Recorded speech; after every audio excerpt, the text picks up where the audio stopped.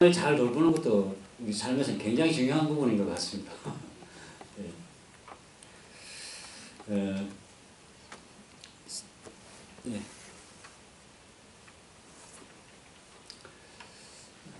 말씀드린 것처럼 이번 주부터는 이제 12월 저희들이 독경법회, 건강경으로 독경법회를 앞두고 건강경 내용을 좀 함께 공부하는 그런 시간으로 갖자고 말씀을 드렸는데요. 그 건강경 그 원문과 또 해석한 내용과 그 도금 다루는 거 지난주에 받으셨죠? 그 갖고 다니세요. 가지고 다니시면서 수시로 외우시고. 예. 오늘은 우선 그 건강경을 그 내용을 우선 좀 알고 외워야지.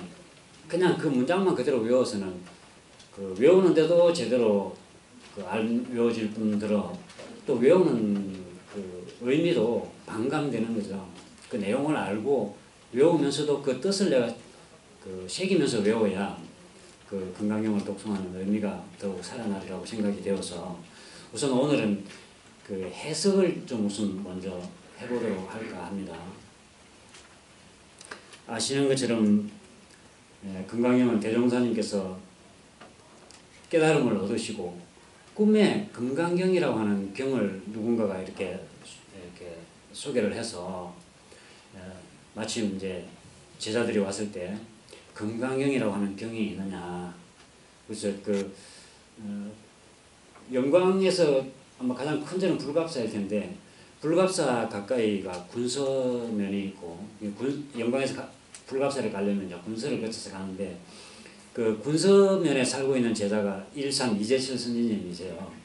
그래서 특히 이제 또 일산 이재철 선지님은 외무에 밝으시고 그러셔가지고 아마 특별히 말씀하시지 않았나 싶은데 일산 이재철 선지님한테 건강경을 좀 구해오면 좋겠다.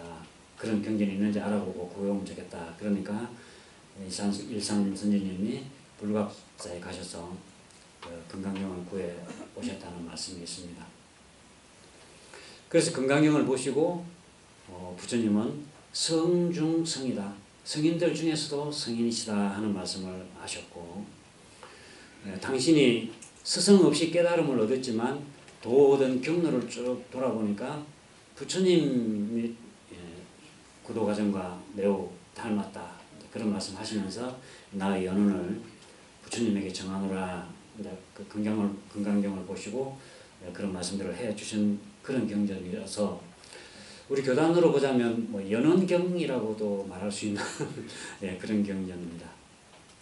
특히 불교에서는 건강경의 위치는 대성불교에 있어서 건강경은 가장 핵심되는 위치에 있고 특히 한국불교 조계종은 건강경이 그 소위 경전이죠. 소위 경전이라는 주교과서다 이제 그런 이야기가 되겠습니다.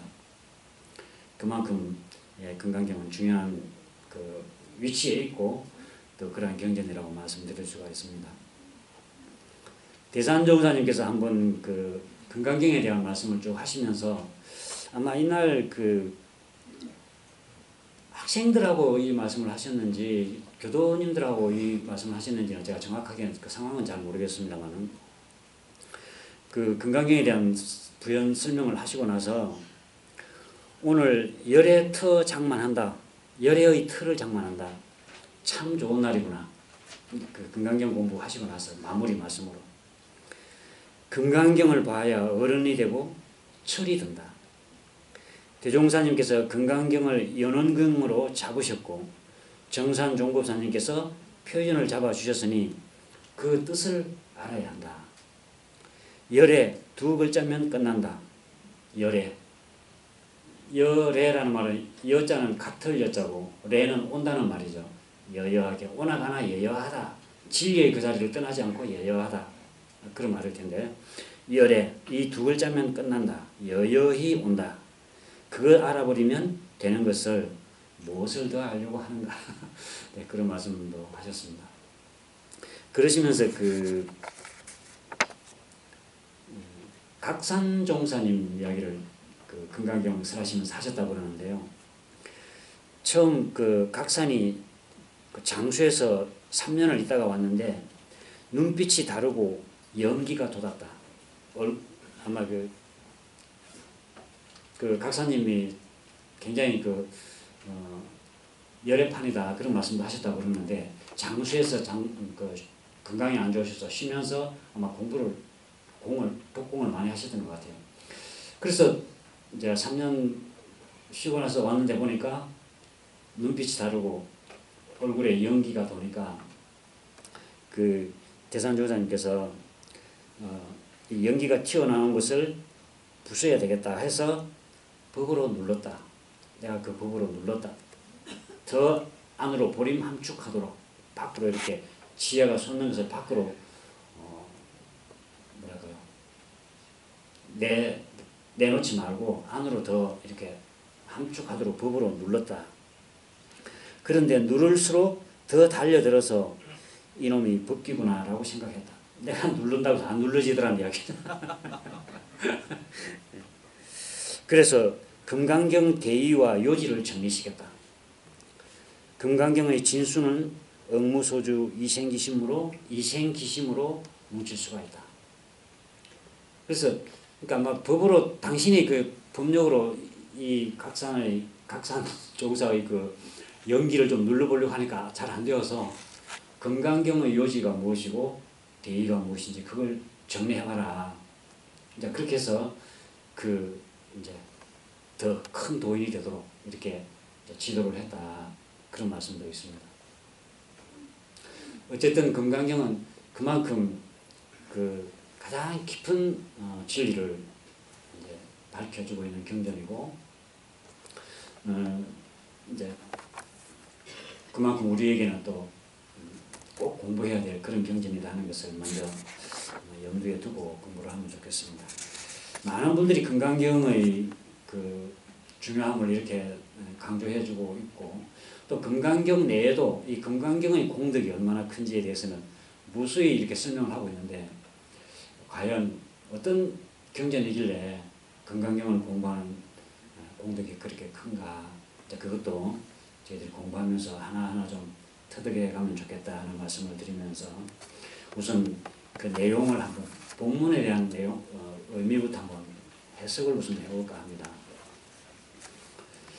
아시는 것처럼 제목은 우리가 줄여서 금강경이다 라고 말하고, 본래 그대로 다 하자면 금강반야바라밀경이다. 금강은 아시는 것처럼 가장 강한, 금속은 아니죠. 아무튼 가장 강한 물질, 어떤 것도 금강을 부러뜨릴 수는 없는, 그러니까 금강은 모든 것을 다 잘라낼 수 있는. 금강이 뭐예요? 다이아몬드, 우리가 요즘 말하는 다이아몬드. 그러니까 실제로 금강경을 영어로 번역할 때는 다이몬드 수트라, 그렇게 번역을 했습니다. 근데 이제 구마라접 스님이 번역을 할 때, 본래 이 산스크리트 경전은 바즈라체티카라는 말은, 바즈라라고 하는 것은 번개라는 뜻이래요. 그 인도 말로 번개. 체티카라는 말은 부순다. 그러니까 번개가 치면 살아남을 게 없죠. 모든 것을 다 파괴시켜 버리는 그런 뜻이라고 그러는데, 그것을 이제 구마라접 스님도 그렇고 현장 스님도 그렇고 많은 분들은 그것을 금강이다 이렇게 번역을 한 것 같습니다. 그래서 이제 반야바라밀경, 우리가 보통 그 법회 시간에 외울 때는 일원상 서문하고 반야심경하고 외웠죠. 반야심경은 줄여서 반야심경이고, 본래 경 이름은 뭐죠? 반야바라밀다심경. 그러니까 우리 금강경은 반야바라밀경, 반야심경은 밀다심경이라고 했고, 금강경은 반야바라밀경이라고 그랬는데, 그러니까 산스크리트 원문은 똑같이 프라저냐 바람있다, 똑같은 말입니다. 그런데 이것을 한문으로 옮길 때 바람일이라고 줄인 거냐 아니면 바람일다까지 넣느냐 이 차이이지 사실은 똑같은 말이라는 것은 상식적으로 우리가 알고 있으면 좋겠습니다. 어쨌든 반야라고 하는 것은 지혜를 말하고 바람있다 그 산스크리트어로 바람있다라고 하는 것은 저 언덕으로 건너간다. 그래서 우리가 흔히 말하는 도피안 차안 번뇌가 가득 차 있는 이 차 안에서 피안 모든 번뇌가 사라진 열반의 언덕으로 건너간다. 그게 이제 바람있다라고 하는 말의 본래 그 의미라고 합니다. 그러니까 반야의 지혜로서 모든 번뇌가 다 소멸한 열반의 언덕으로 건너가는 경. 그렇게 이제 제목을 해석하면 되겠죠. 예, 근데 그 어떤 반야냐? 금강 같은 반야로 모든 무명과 업장들을 다 잘라낼 수 있는 그런 금강 같은 반야로서 차 안의 이 번뇌에 쌓여 있는 이 중생의 언덕에서 모든 번뇌가 사라진 열반의 저쪽 언덕으로 건너가게 해주는 경전이 바로 금강 반야 바람 일경이다. 제목은 우리가 그렇게 이해를 할 수 있겠고요. 우선 우리가 이걸 외워야 되니까 외우면서 뜻 해석부터 간단하게 한번 해보겠습니다. 여시야문 그럼 뭐라 그랬죠? 그 나눠드린 여인물에 그 해석해 놓은 것은 우리 전서에 실려 있는 해석을 그대로 따른 겁니다. 물론 해석은 많이 짜여 있지만 일단 우리 전서에는 이렇게 해석을 해놨으니까 참고하시라는 의미에서 그 유인물을 나눠드렸고요. 여시야문 그러면 이와 같이 이와 같음을 내가 듣사오니 이렇게 이제 했는데 여시 이와 같다는 말이고 아문이라는 말은 내가 듣는다 들었다. 이 여시 아문이란 모든 불교의 경전들을 보면 여시 아문으로 시작하는 경전들이 대부분인데 그것은 경전을 그렇게 시작하라고 부처님께서도 말씀을 하셨고 결집 과정을 보면 처음 부처님이 돌아가시고 많은 제자들이 모여서 부처님 말씀을 다 다르게 해석을 하니까 통일돼서 통일시켜서 이걸 정리를 해야겠다. 그렇게 해서 1차 결집이 이루어지는데 그 1차 결집이 이루어질 때 그 아라한 이상의 그 비구들이 다 모여서 이제 그 부처님의 공문을 가장 많이 들었던 다문제일이라고 하는 아난존자를 불러서 아난존자가 저는 이와 같이 들었습니다 하고 이제 들은 내용을 읊으면 대중들이 그에 대해서 판단을 해서 맞다 또는 수정할 게 있다 이렇게 정리해서 이제 그 정리된 내용을 그 대중들이 다 외워서 이렇게 전해 내려온 것이 1차 결집인데 그때도 저는 이와 같이 들었습니다. 그러니까 이 여시안문이라는 말을 굳이 경전의 서두에 꼭 이렇게 밝히는 이유는 저는 틀림없이 부처님께서 이렇게 말씀하시는 것을 들었습니다. 이 경전에 오류가 없습니다. 그러니까 내 개인의 뜻이나 내가 잘못 왜곡했거나 그런 것은 아닙니다. 부처님께서 이렇게 말씀하신 것이 틀림없습니다. 이 경전에 대한 뭐랄까요? 그 소중함을 다시 한번 강조해주는 그런 의미로도 생각할 수 있겠고요. 또 한편으로는 요즘은 또 그렇게 말합니다. 이건 어디까지나 제가 들은 것일 뿐입니다. 부처님의 참 뜻은 달리 있을지도 모르니까 이 문자에 너무 얽매이지 마십시오. 뭐 그런 뜻도 있다. 흔히 덕의 망언이라는 말이 있습니다. 덕의 망언. 덕의라는 말은 뜻을 얻었으면 망언. 말은 잊어버려라. 망은 망각한다 그러죠. 말은 잊어버려라. 그러니까 금강경도 그 의미를 깨닫는 것이 중요하지. 그 언어에 너무 매일 것은 없다. 그런 의미에서 이 여시 안문을 해석한다.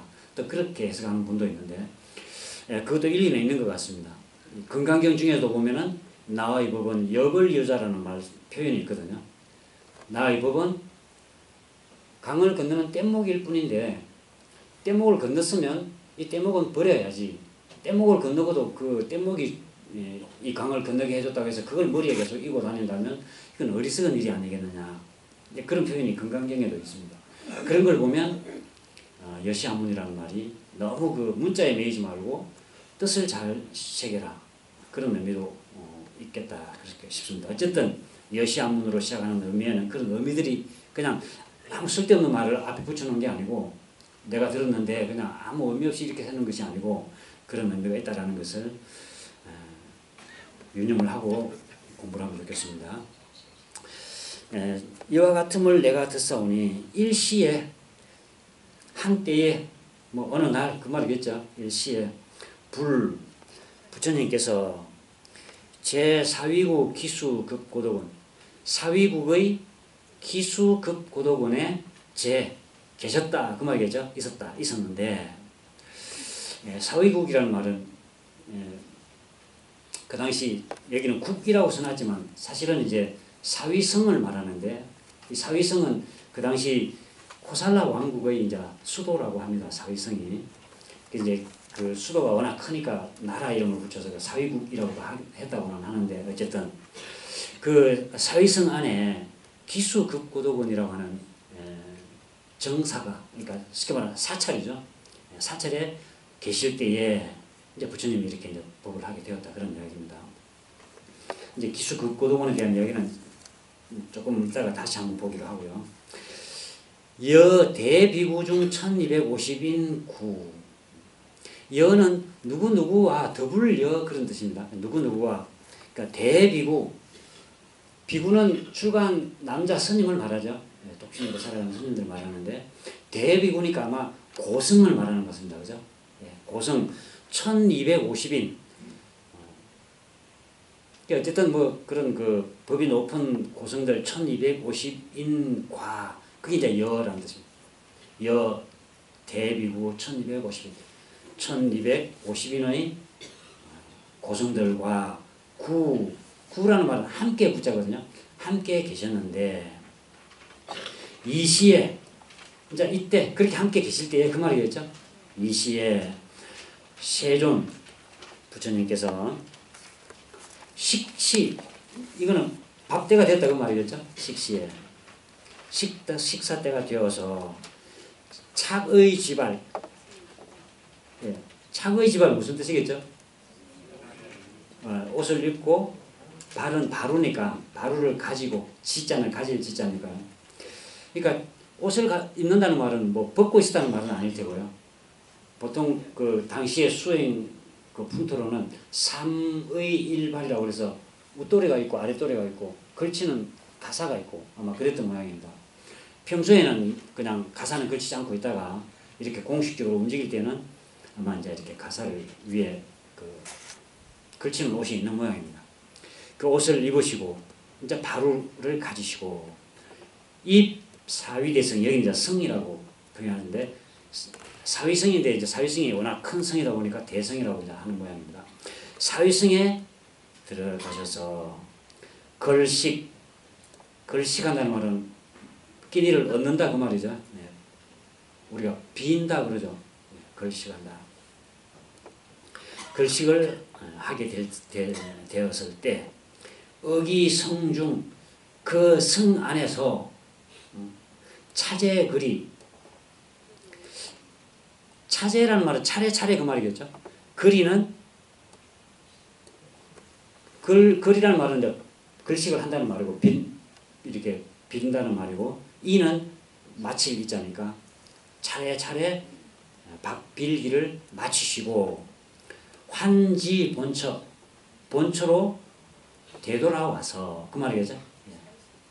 환지 본처 거기서 본처라는 말은 앞에 말한 기수급고도원 사위성이 있는 기수급고도원으로 다시 돌아와서 밥 먹는 것을 마치시고 반사을 하시고 그 다음에 의발을 다시 거두어 들이시고 아마 옷은 벗어서 걸고 바로는 잘 사서 바로 올려놓는 곳에다가 올려놓고 그랬던 모양입니다. 수의발 하시고 세족이라는 말은 발을 씻는다는 말이죠.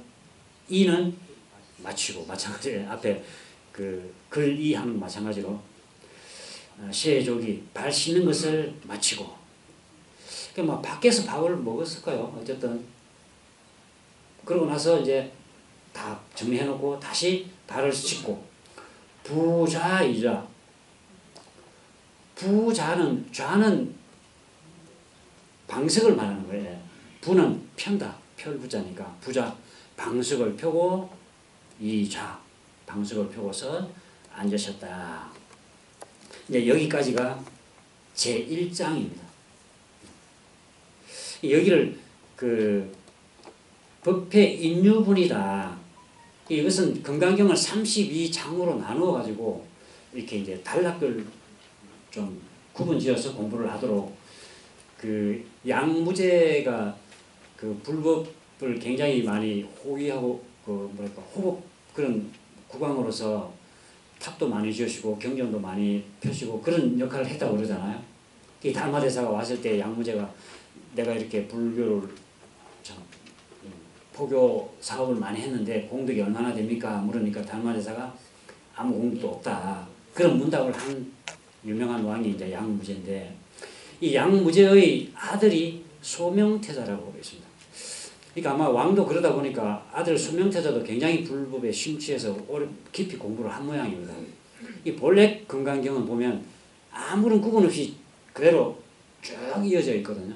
이제 소명태자가 금강경을 좀 더 쉽게 공부할 수 있도록 32분단을 한 단을 나눠서 그 단마다 가장 핵심되는 요지를 이렇게 밝혀서 분명을 밝혔는데 그게 이제 요 1장까지를 소명태자는 법회 인유분이다. 법회가 열리게 된 기연을 설명한 이 단락이다. 요 1장을. 근데 사실 많은 그 스님들이나 이 금강경을 강의하시는 분들 이야기 들으면 사실은 이 1장에서 금강경은 끝난다. 1장의 의미가 다 있다. 그렇게 이야기하는데 어떤 의미에서 그런 이야기를 하셨을까를 한번 좀 염두에 두고 생각해 보면 좋을 것 같습니다. 여기까지는 부처님의 어떻게 보면은 그 일상생활이라고 말할 수 있겠죠. 법회 이렇게 일상적으로 이렇게 하고 있다. 그러니까 어떻게 보면 우리가 수도를 한다는 게 뭐냐. 일상생활을 이렇게 잘하는 것이지 수도해서 도를 얻어서 뭐 하겠다는 거냐. 도 깨달으면 뭐 하고 싶으세요? 뭔가 모든 아까 우리 원사님 신곡 올려오시면서 경제가 어렵고 하늘 한번 쳐다볼 기회도 없고 단풍 구경도 한번 할 사이도 없이 이미 겨울이 간다고 안타까워하시는데 마음이 좀 아팠습니다. 원사님 애쓰셔서 그러면 도를 깨달으면 경제도 이게 일시에 호전되고 생활이 다 부자가 되고 예, 그러기 위해서 도를 닦는 건 아니겠죠. 네, 어떤 선사가 그랬다잖아요. 스승에게 가서 도가 어디에 있습니까? 제가 자주 예를 들었던 내용인 것 같은데 소를 타고 소를 찾고 있구나.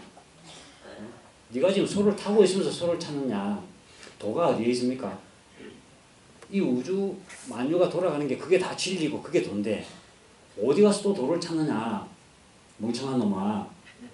그런 이야기 아닙니까? 그 이야기를 알아들었어. 그럼 도를 찾았으면 어떻게 해야 됩니까? 그러니까 스승이 뭐라고 그랬다 그랬죠? 소를 찾았으면 농사를 지어야지. 가서 농사를 지어야지. 소 가지고 뭐 하는 거야? 소는 농사 짓는 동물. 도는 그냥 평상 생활을 잘 하는 거야. 일상 이렇게 움직여지는 진리가 우리가 지금 살아가고 움직이고 하는 모든 것이 진리의 움직임이니까 그대로 살아가는 거. 그런데 우리는 그것을 진리의 움직임이라고 생각하지 않고 뭔가 지금 잘못됐다. 내 인생이 지금 꼬였다.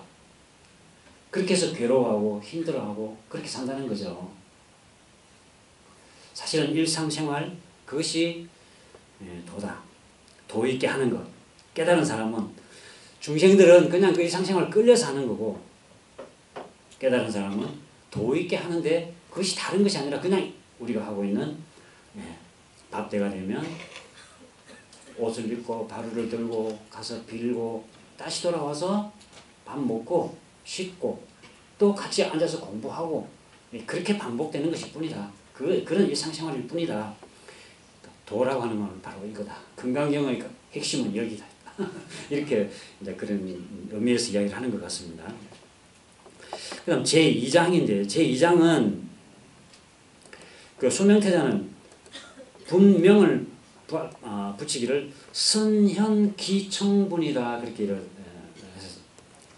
붙였는데 선현이라는 말은 수보리 이제 부처님 제자 중에서 해공제일이라고 공의 진리에 가장 밝은 수보리라고 이 수보리는 여러 가지 별명이 있는데 그 중에 하나가 선현입니다. 선현.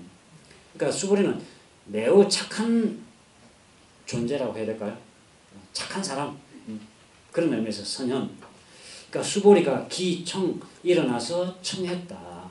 부처님께 법문해 주시기를 청했다. 이런 말이겠죠. 그 내용은 이제 부처님께서 법문해 주시기를 청하는 그런 내용입니다. 그때에 장로 수보리가 아마 제자들 중에서도 가장 연배가 많고 덕이 높고 그런 의미에서 장로라는 호칭을 붙여준 것 같습니다. 장로 수보리가 제대중중 그 말은 대중 1250인이 같이 있었으니까 대중 가운데에서 제는 어디에 있다라고 해석을 할 수도 있고 어디에서 이렇게 할 수도 있고 그렇습니다. 이게 대중 가운데에서 적종좌기 곧 종좌기 좌는 아까 그 방석이라고 그랬죠. 자리 방석에서 종은 어디로부터 그런 뜻이에요. 종좌기 자리에서 일어나서 적종 곧 자리에서 일어나서 편단우견이라 그랬습니다. 편단우견. 이 단자는 옷 벗어 맬 단자예요.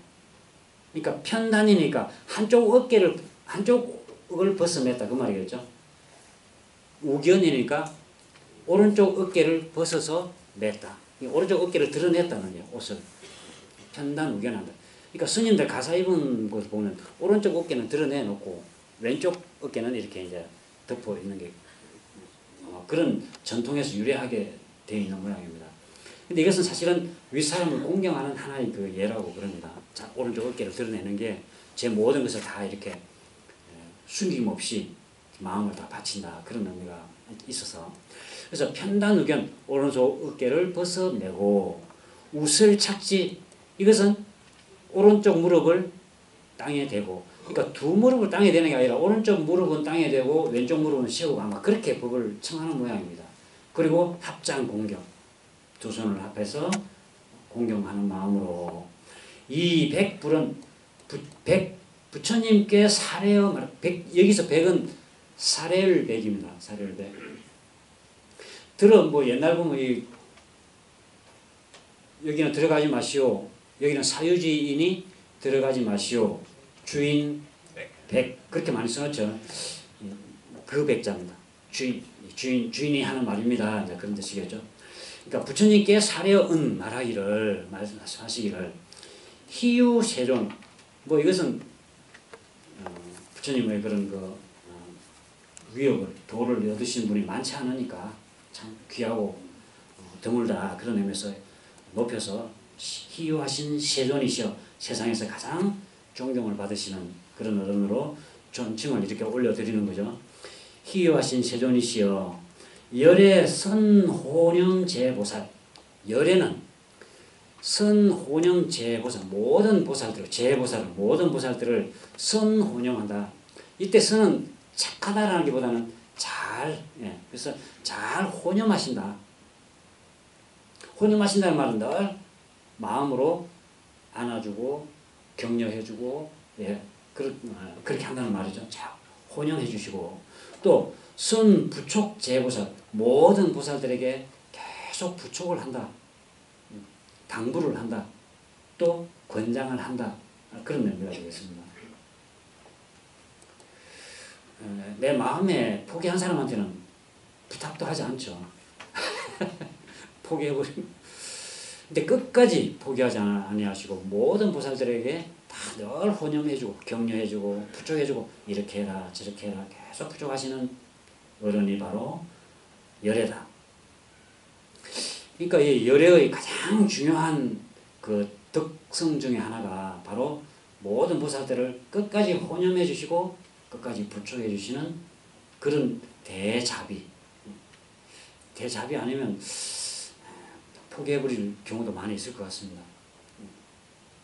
그러니까 그렇게 이야기하면서 부처님을 그렇게 칭하면서 세존이시여 선남자 선여인이 뭐 선남자 선여인은 착한 남녀 그러니까 여기서는 그 뒤에 이제 그 수식어가 있습니다. 발 안욕따라 삼맥삼보리심 안욕따라 삼맥삼보리라는 말은 무상대도다 가장 큰 진리 뭐 그것을 안욕따라 삼맥삼 원어를 이것을 무상대도라고 해도 말이 좀 그렇고 그 의미를 제대로 드러내기가 쉽지 않으니까 그냥 원어를 그대로 한 음으로 옮겨서 안욕따라 삼맥삼보리 그렇게 표현하는 번역을 그렇게 한 것 같습니다. 이 안욕따라라는 말은 위가 없다 그 말이에요. 그보다 더 높은 것은 없다. 그 다음에 삼맥이라고 하는 말은 보통 정편, 두루두루 그 말입니다. 모든 것을 다 밝히는 정편. 삼보리라는 말은 보리는 깨달음, 진리, 지혜 그런다고 그러잖아요. 각, 정각. 그래서 무상, 정편, 정각 아주 이제 직역을 하자면 그렇게 말할 수가 있는데 바로 부처님 말씀하시는 이 진리는 그보다 더 높은 것이 없고 또 그 지혜 진리는 밝히지 않은 바가 없고 정편 모든 것을 다 밝혔고 참 지혜를 밝힌 정가가 그런 그 진리 이제 그런 것을 안욕따라 삼맥삼보리라 그러는데 그러한 안욕따라 삼맥삼보리를 얻겠다 하는 발심을 했다고 말해요. 바람. 그런 바람 선남자 선녀인들은 이제 그런 그 수행을 하겠다라고 이렇게 발심을 한 사람 그런 말이겠죠. 그래서 좀 줄여서 안욕따라 삼맥삼보리를 무상대도다 그렇게 하자면 그 무상대도를 깨닫고자 하는 그런 마음 삼보리심 그런 마음을 앞에 발한 그런 선남자 선녀인들은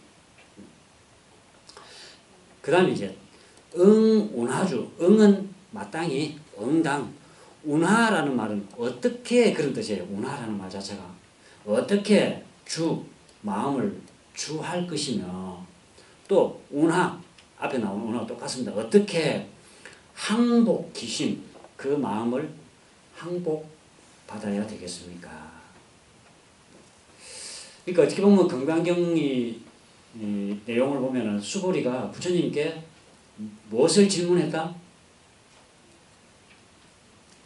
안욕따라 삼맥삼보리 무상대도에 발언을 한 선남자 선녀인들이 그 마음을 어떻게 주하며 그 마음을 어떻게 항복받아야 됩니까?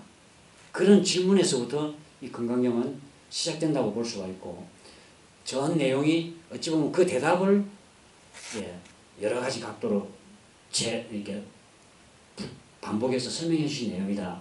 그렇게 해도 과언은 아닐 것 같습니다. 그러니까 우리도 대체로 다 그런 그 진리를 깨닫고자 하는 마음들이 있죠. 그런데 우리가 생활해 가다 보면 여러 가지 중생심에 붙잡히기도 하고 엉뚱한 생각이 나기도 하고 그럴 때 내 마음을 평소에 어디에다가 머물러 있고 또 그런 여러 중생심이 일어날 때 그 마음을 어떻게 항복받을 건가 그런 문제제기를 스스로 해보면서 금강경에서 그 답을 찾아보면 될 것 같습니다.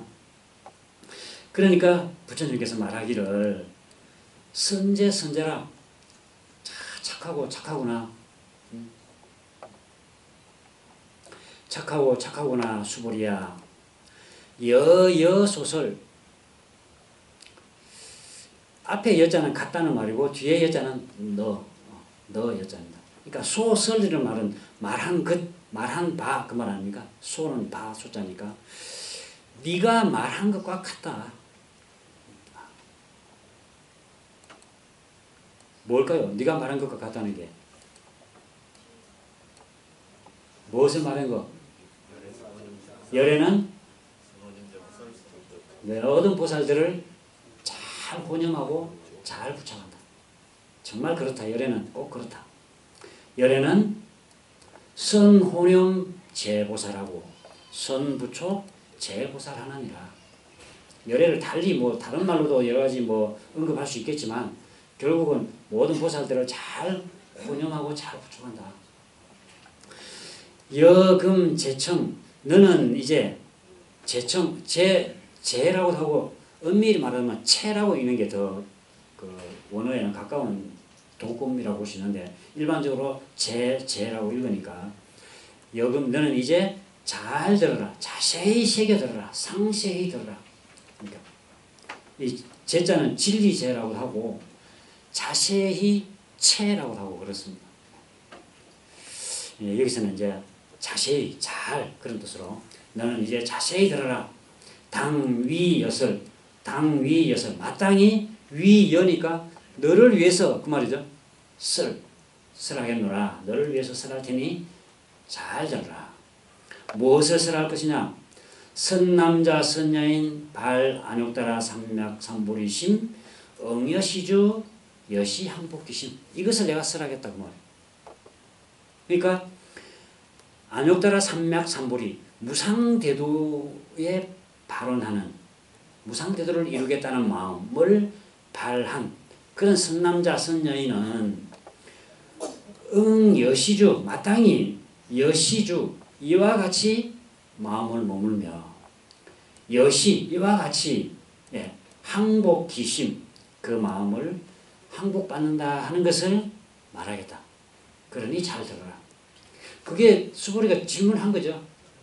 안욕따라 삼맥삼보리 심에 발한 선남자 선여인은 운하 운하주 어떻게 마음을 주하며 운하 항복기심 어떻게 마음을 항복받아야 합니까? 그렇게 질문했으니까 내가 이제 거기에 대해서 대답할 테니 잘 들어라. 유연 세존 유연은 그렇습니다. 그러합니다. 세존이시여 원요 용문 원하건대 즐거이 듣고자 합니다. 욕자는 하고자 할 욕자니까 듣고자 합니다. 보통 이 즐거울 낙자라고도 하고 좋아할 요자라고도 하는데 여기서는 기꺼이 즐거이 뭐 이렇게 듣겠습니다. 뭐 그런 뜻으로 원요 용문이다 그렇게 읽는다는 것을 염두에 두고 보시기 바랍니다. 그러니까 여기까지가 이제 그 2장 소명태자는 선현기청분 선현이 일어나서 그러니까 수보리가 일어나서 법을 청한 단락이다. 그 다음 여기서 이제 그 제3장이 이루어지는데 3장은 부처님께서 그 소명태자는 이름을 그렇게 붙였습니다. 대승정종분이다. 금강경을 대승불교의 초기 경전이라 이렇게 이야기를 하거든요. 이 대승불교에 있어서 정종이라는 말은 가장 핵심되는 내용이다 그런 뜻이거든요. 이 대승에 있어서 가장 핵심되는 것. 금강경을 가만히 보면 그런 대승을 많이 강조하고 있구나라는 걸 알 수가 있는데 그 당시에는 이제 소승, 대승이 이렇게 나누어져 가지고 소승불교는 대체적으로 이제 불교 전문 수행자들이 이제 상좌불교로도 하고 깊이 이제 자기 수행을 위해서 전문 수행자들이라고 한다면 대승불교는 나만 수행하는 것이 아니라 모든 위로는 불도를 구하고 상구보리 아래는 하와 중생들을 제도하는 그 일. 그렇기 때문에 보살이라는 말도 대승불교에서 나온 그 용어이고 그래서 보살이라는 말을 많이 강조하는 것도 혼자 수행에 집중하는 것보다도 스스로 공부도 해야 되지만 일체 모든 중생들을 제도하고자 하는 그 보살심이 중요하다. 그것을 강조하는 의미에서 보살이라는 이야기가 앞으로 계속 나오게 되는데 어쨌든 그런 대승불교에 있어서 가장 핵심되는 내용이다. 이 3장이 그런 뜻입니다. 그 어떤 내용인지 한번 보죠. 이제 수보리가 잘 듣겠습니다. 그러니까 부처님께서 고 수보리에게 고하시기를 말씀하시기를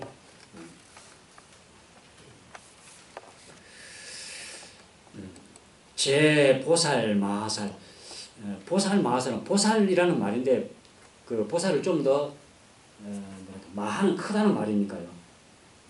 보살들을 좀 더 높여서 부르는 말이다 이렇게 생각하면 될 것 같습니다. 앞에 선남자 선여인이나 제 보살 마하살이나 사실은 다 비슷한 같은 표현입니다. 모든 보살 마하살들은 응여시 항복기심 응여시는 마땅히 이와 같이 그 말이겠죠. 항복기심 그 마음을 항복받아야 하나니라 항복받을 것이니라. 그러니까 앞에서는 응운하주 마땅히 어떻게 마음을 주하며 운하 항복기심 어떻게 마음을 항복받겠습니까? 이 두 가지 질문이었는데 뒤에 질문한 운하 항복기심 어떻게 마음을 항복받아야 됩니까? 그 질문에 대한 답을 지금 먼저 하고 있는 거죠.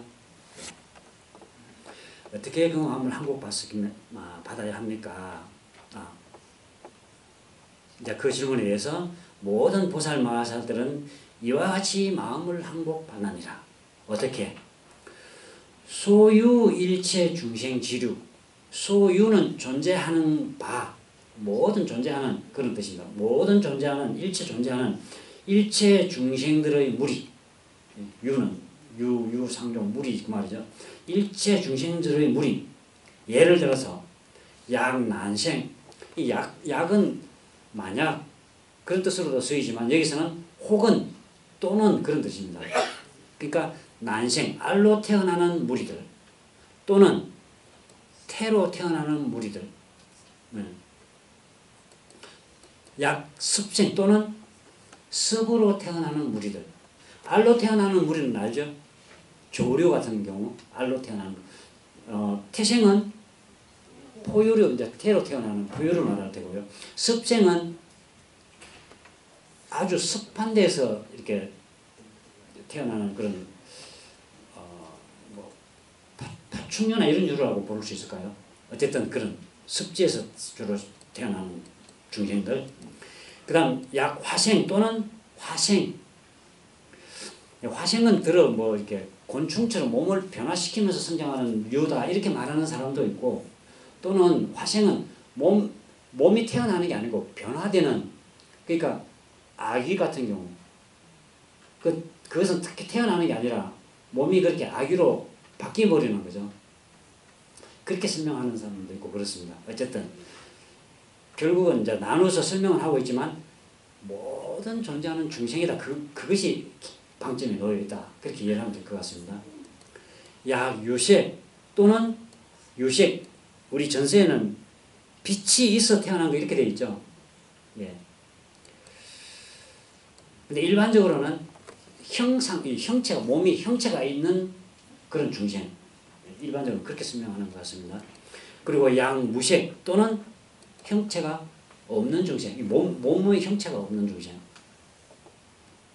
또 약유상 생각이 있는 중생 그러니까 생각하는 중생 또는 약무상 생각이 없는 생각 자체가 없는 중생 동물들은 아마 생각이 좀 있다고 볼 수 있고 식물 같은 경우는 생각이 있다고 보기는 좀 어렵겠죠. 약무상 약비유상 비무상 생각이 있지도 않고 없지도 않다. 있는 것 같지도 않고 그런다고 또 없는 것 같지도 않고 예, 이런 중생들 어쨌든 간에 이 모든 중생들을 개 영입 내가 개는 모두 다 그 말입니다. 영입은 들어가게 하겠다. 영은 명령한다 하도록 한다는 말이니까 들어가도록 하겠다. 개영 내가 이 모든 중생들을 다 들어가게 하겠다. 어디로? 네. 무여 열반 남김없는 열반 불교에서는 열반도 좀 여러 단계로 나눠서 설명을 하는 것 같습니다. 유루 열반이라는 말도 있고 무루 열반이라는 말도 있고 아직까지 번뇌가 좀 어느 정도 남아있는 열반 본래 열반이라는 말은 모든 번뇌가 사라진 경지를 말하는 거죠. 그러니까 번뇌가 어디까지는 남아있는 그런 열반을 유루 열반이라고도 하고 모든 번뇌가 다 사라진 그 경지를 무여열반, 남김없는 열반, 그런 일체의 번뇌를 다 소멸된, 번뇌가 다 소멸된 그러한 열반에 내가 들게 해서 이 멸도지, 이 지자는 앞에 나온 그 중생들을 말합니다. 대명사입니다. 쉽게 말하자면 그 모든 중생들을 다 멸도하게 하겠다. 이렇게 그 마음을 항복받아야 하느냐 이런 말입니다. 그러니까 어떻게 이와 같이 항복받나니라 하는 말씀의 내용이 여기까지.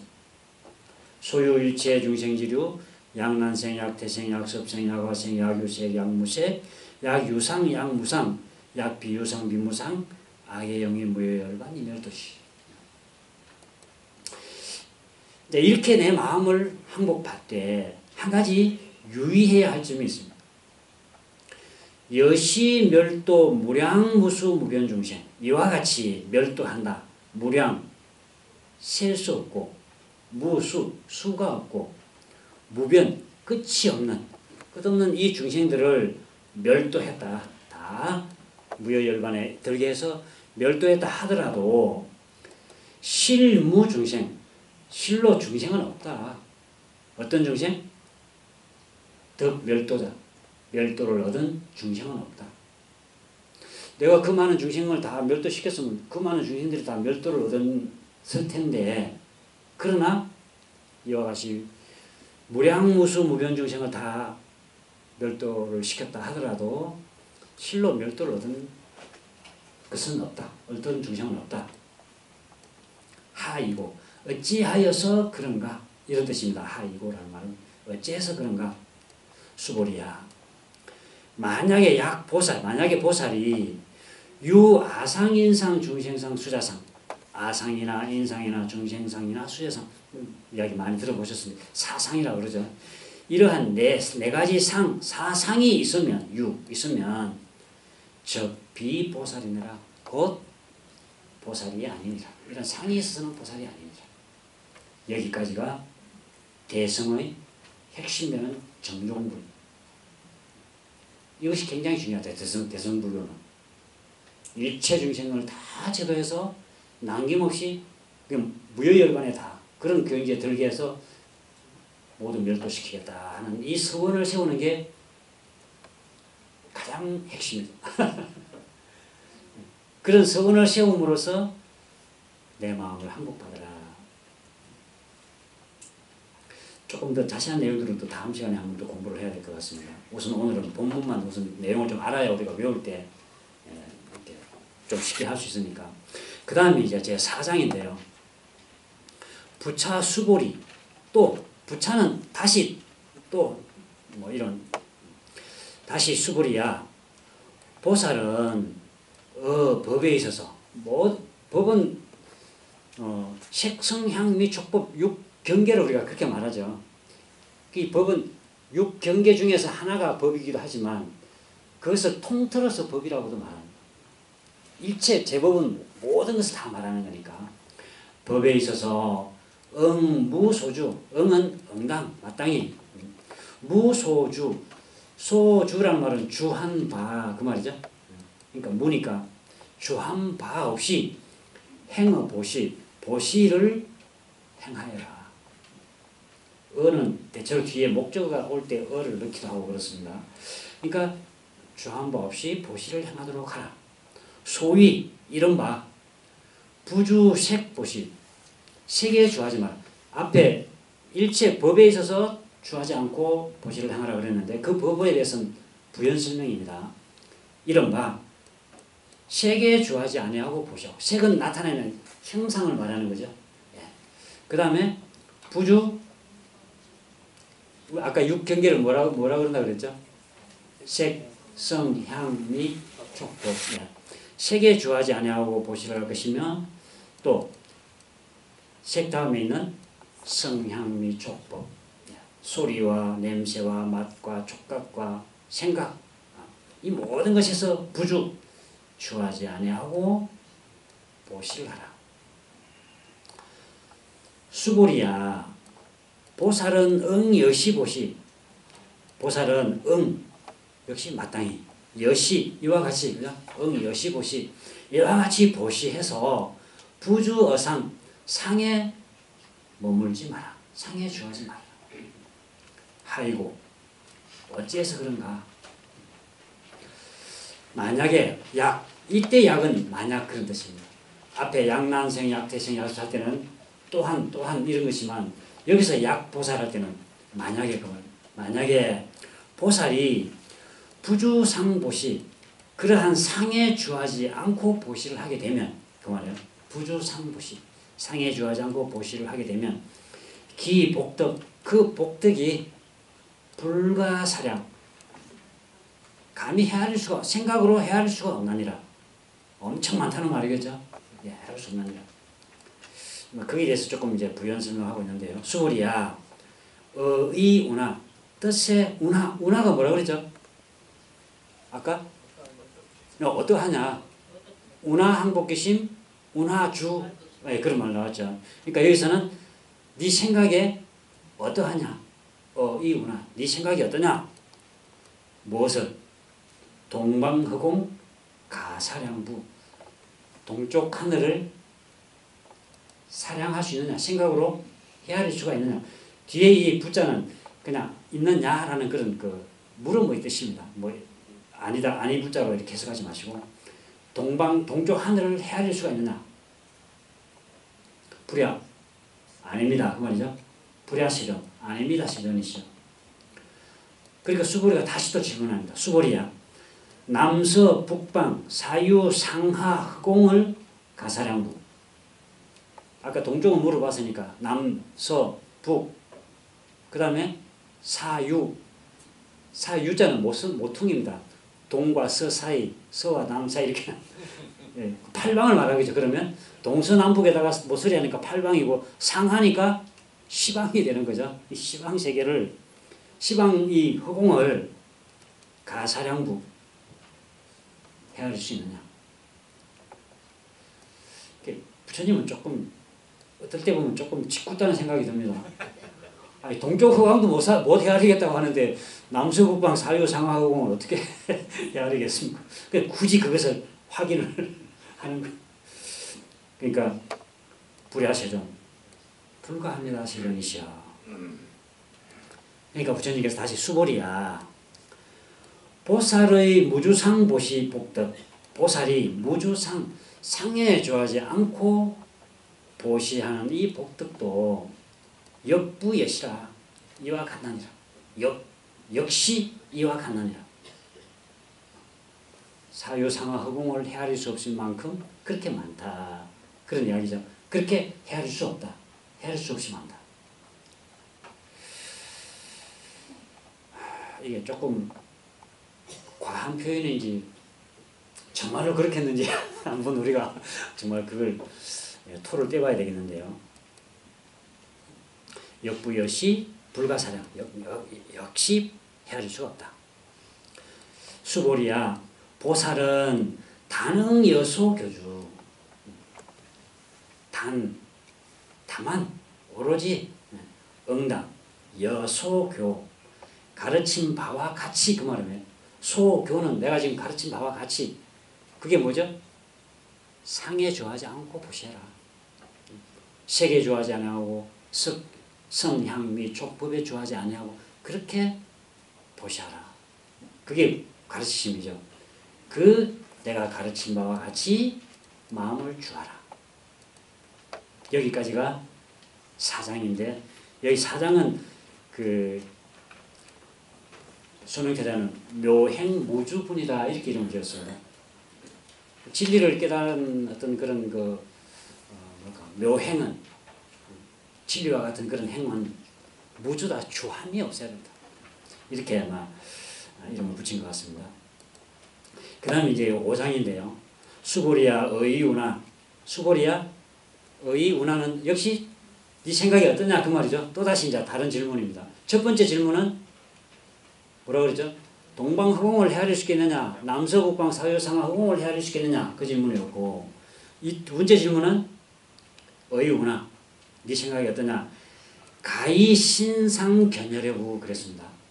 가히 신상 신상이라는 말은 이 육신의 형체, 육신의 형체로서 견열애, 열애를 볼 수가 있겠느냐. 앞에 가하고 뒤에 부자가 합쳐서 가능하냐 그런 뜻입니다. 육신의 형태를 보고서 부처구나 열애구나 아니구나 이렇게 보는 것이 가능하냐 그런 질문이에요. 지금까지 배운 저희들의 그 지식으로 당연히 불가하겠죠. 그런가요? 부처님같이 생겼다 그러면 합장 공경하고 막 깨재재하게 생겼다 그러면은 무시하고 그러면 그거는 신상으로 지금 열애를 보는 거잖아요. 이게 아주 쉬운 이야기 같지만 이거 참 쉽지 않은 본문인 것 같아요. 한번 확인하는 겁니다. 불약 세존 불가합니다. 세존이시여 불가의 신상 듣기니래. 반복해서 대답합니다. 불가하다. 무엇을? 이 신상, 이 육체의 형상으로서는 득견열애, 열애를 볼 수 있는 것. 이 득견이라는 말은 이제 얻어본다 이렇게 표현을 문자대로 하면 그렇게 많이 해석을 해놨는데 이 득자는 할 수 있다, 가능하다 그런 보조입니다. 견의 뜻을 보조해주는 그 정도로 해석하는 게 자연스럽습니다. 열애를 볼 수가 없다, 불가하다. 아이고 왜 그런가 하면 그러니까 이거는 수보리가 스스로 대답하면서 저는 왜냐하면 이렇게 이제 그 이유를 제가 그 불가하다고 하는 이유를 부처님께 지금 설명하는 겁니다. 왜 그런가 하면 열애 소설 신상 열애께서 소설 말한 바 신상이라고 하는 것은 앞에 신상으로 열애를 볼 수 있는 했으니까 열애께서 말씀하신 그 신상이라는 것은 즉 비신상입니다.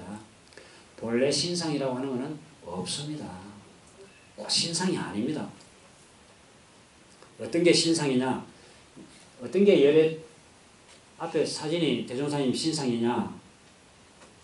어느 한순간 사진 탁 찍었을 때의 모습입니다. 그죠? 뭐가 열애의 신상이냐? 사실 신상이라는 것 자체가 없습니다. 그런 뜻이죠. 비신상입니다. 그러니까 부처님께서 고 수보리에게 고하시기를 가르쳐 주시기를 금강경에 나오는 첫 번째 사구계입니다. 이제 수보리가 여기에 도달했구나 하고 알려주는 것 같아요. 범소유상 무릇 소유 존재하는 모든 형상들은 그 말입니다. 모든 존재하는 형상들은 계시 허망이라 모든 것이 허망한 것이다. 그렇기 때문에 약견 만약에 본다면 무엇을? 재상 비상 모든 형상이 있는 것들이 그게 참나온 형상이 아니라는 것을 비상이라는 것을 약견 본다면 적견열애니라 곧 열애를 본 것이니라. 내가 보고 있는 형상이 그게 참다운 형상이 아니라 그런 말이에요.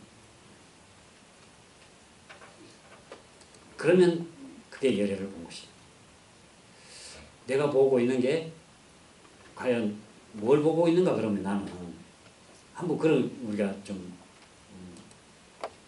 안으로 한번 반조해 볼 필요가 있겠죠. 중생이 보고 있는가 부처가 보고 있는가 부처가 바라볼 때는 어떻게 보이고 중생이 볼 때는 어떻게 보이는가 그런 것을 이 본문을 통해서 저희들이 더 공부를 해야 될 것 같습니다. 대강 여기까지 일단 본문 해석 중심으로 한번 좀 공부를 해본 것인데요. 혹시 좀 궁금한 게 있나요?